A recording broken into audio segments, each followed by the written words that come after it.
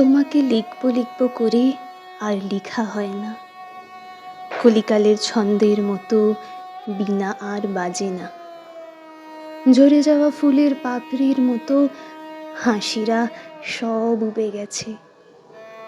নিঃশব্দে জগতের মহিম সব ছেড়ে চলে গেছে। আমি আর হাসি না, হাসি আমাকে ছুটি দিয়েছে। তোমাকে ভাবতে গিয়ে বুঝি আজও হিসেবের দর কষাকষিতে রয়ে গেলে আজও কৃষ্ণ হয়ে রাধাকে আকুতি জানাচ্ছ।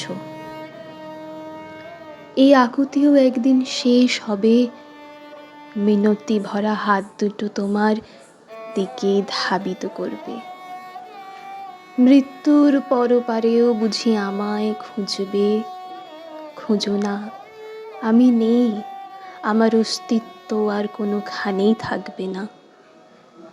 তুমি আর পিছুটান রেখো না, কিছু অঙ্কের হিসেব মিলাতে নেই। লোকে পাগলের আখ্যা দিবে যে আমি নেই, মানে কোনোখানেই আর নেই। সব কিছুর সমাধি দিয়ে অজানা গন্তব্যের যাত্রী হয়েছি। এই মর্তলোকে কঠোর বক্ষ ব্যাধি রোগে আক্রান্ত হয়েছি। পারলে মৃত্যুর মেডিসিন এনে দিও, আমি এই ব্যথা থেকে চিরতরে মুক্তি পেয়ে যাব। লেখিকা নাজমুন নাহার। আমি এই জগতের চরিত্রহীনের চাইতে আর কোনো নিকৃষ্ট চরিত্র দেখিনি। খুনি রাগের মাথায় খুন করে সেন্স ফিরে এলে লজ্জায় মাথা নত করে, অথচ চরিত্রহীনরা প্রতিনিয়ত এই সমাজে বাস করে উচ্চস্বরে গলাবাজি করে।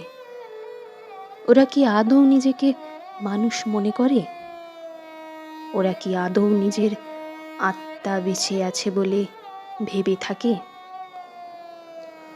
হায় আফসোস, আমার দিকে যে খারাপ দৃষ্টিতে তাকালো, আমি আর তার দিকে তাকাতে পারি না।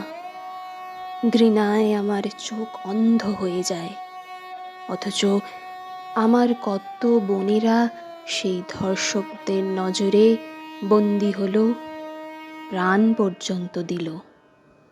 ওরা কত ঘৃণা নিয়ে এই জগৎ সংসার ত্যাগ করে চলে গেল। আজও এই চরিত্রহীনরা এই সমাজেই বেঁচে আছে।